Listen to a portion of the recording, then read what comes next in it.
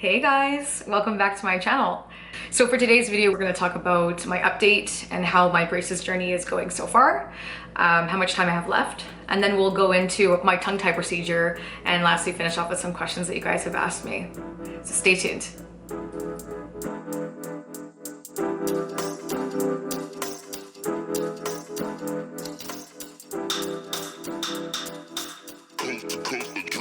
Next level. Okay guys, so for my update so far, I've been in the braces for about over 2 years now. My original time frame was going to be about 1 year and 6 months, I think, or even 1 year. They really weren't sure because it all depends on how fast or slow your teeth move. So unfortunately for me, like other things, I've had to take a little bit more time in the braces journey, and it really right now is a really monotonous process of moving a tooth a little bit forward and that chain effect of all the other teeth moving forward. And sometimes I have a molar, for example, right now that it's been this pesky molar that will move forward and then kind of trudge back a little bit. Every little movement that has happened has kind of created a bit of a chain effect, and I don't know about you guys that do have the braces out there and if you understand what I'm talking about, but it is a little frustrating, I will say. I know I'm very patient with my dental clinic and I love them all. I love seeing them, but 2 years now going every single month, if not twice a month sometimes, because stuff happens. It does get daunting. So let me share with you a couple of pictures that I have. Looking at some of the before and afters here, you can kind of see that I have expanded in the palate, and I'll give you a little up close as well. So what you're looking at here is just a bit wider than I had before. If you do compare with my older videos, I'll pin it up here, you can tell that I actually did expand, and what they're doing is working, and I think it is going to give me a better result in the long run. It's not because of aesthetic reasons, although people do tend to say that they like aesthetically a wider palette, and to each is their own, really. I mean, for me, aesthetically, I think people are gorgeous no matter what. So, own your beauty. If you have a small palette, own it. But the thing is, mechanically, if it's not working for you, which it wasn't for me, which is why I got TMJ in the first place, then maybe you should consider getting the braces and actually doing that treatment rather than going the Invisalign route. And you really can't expand your palette, especially the extremes that mine has been expanded since the very beginning. So, let's get into the fun stuff. Let's talk about frenectomies. Yay! Oh my gosh, was this like hell? So please, I do want to see your comments again. I do want to hear what you guys have to say about your tongue tie procedure if you did have one. If you haven't had one, are you guys thinking about potentially having a tongue tie procedure done? So what this is basically, I think it's called frenectomy, lingual frenectomy. And there's also something called like a frenulotomy and a frenulectomy. And I've basically had everything done except for the bottom lip one. So they gave me this one up here. Hang on.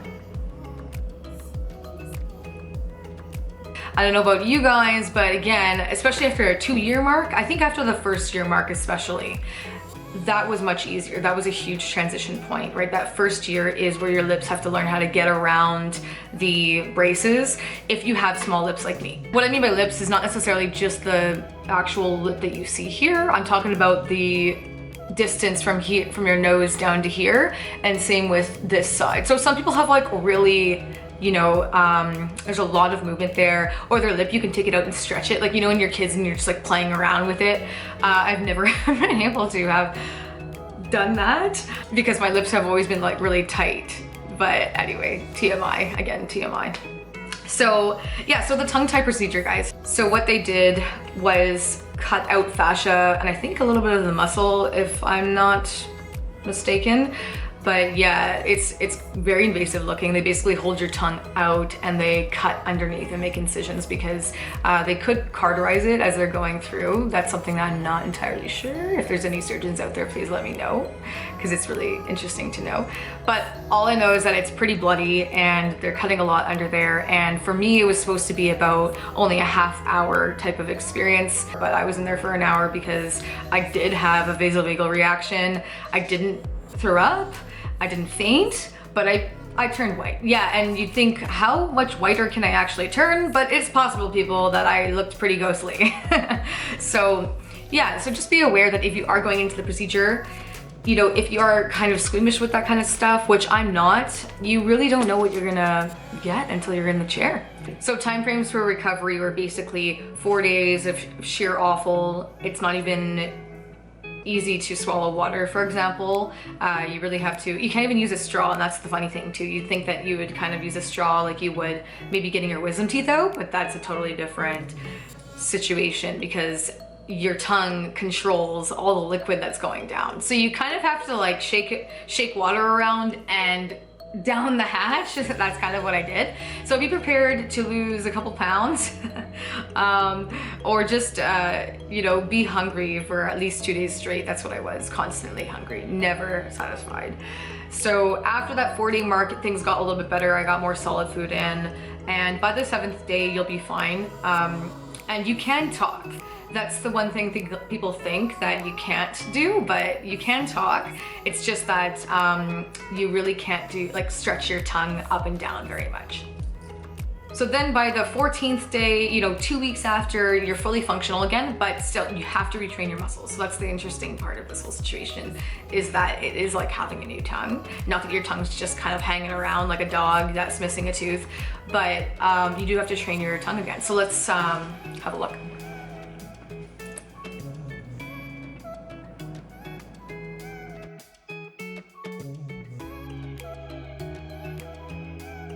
I can stick my tongue in and out. There's a lot more movement in that regard.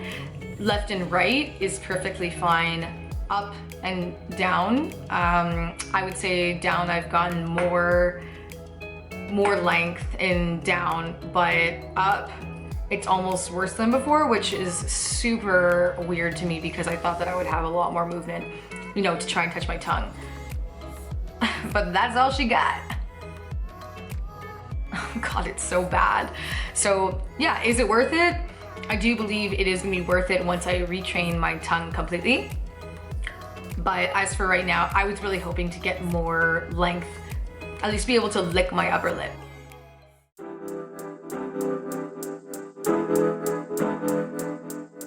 Okay, so now before I wrap it up, let's just go through a couple of questions that people had asked me. I mean, there was a general one as to how far along I'm in my treatment and kind of what's up.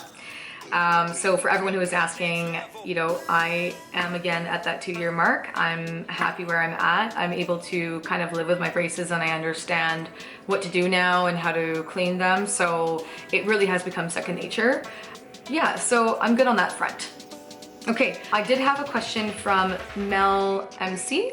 She says, hi Karina, how long did you feel some relief when you started your treatment?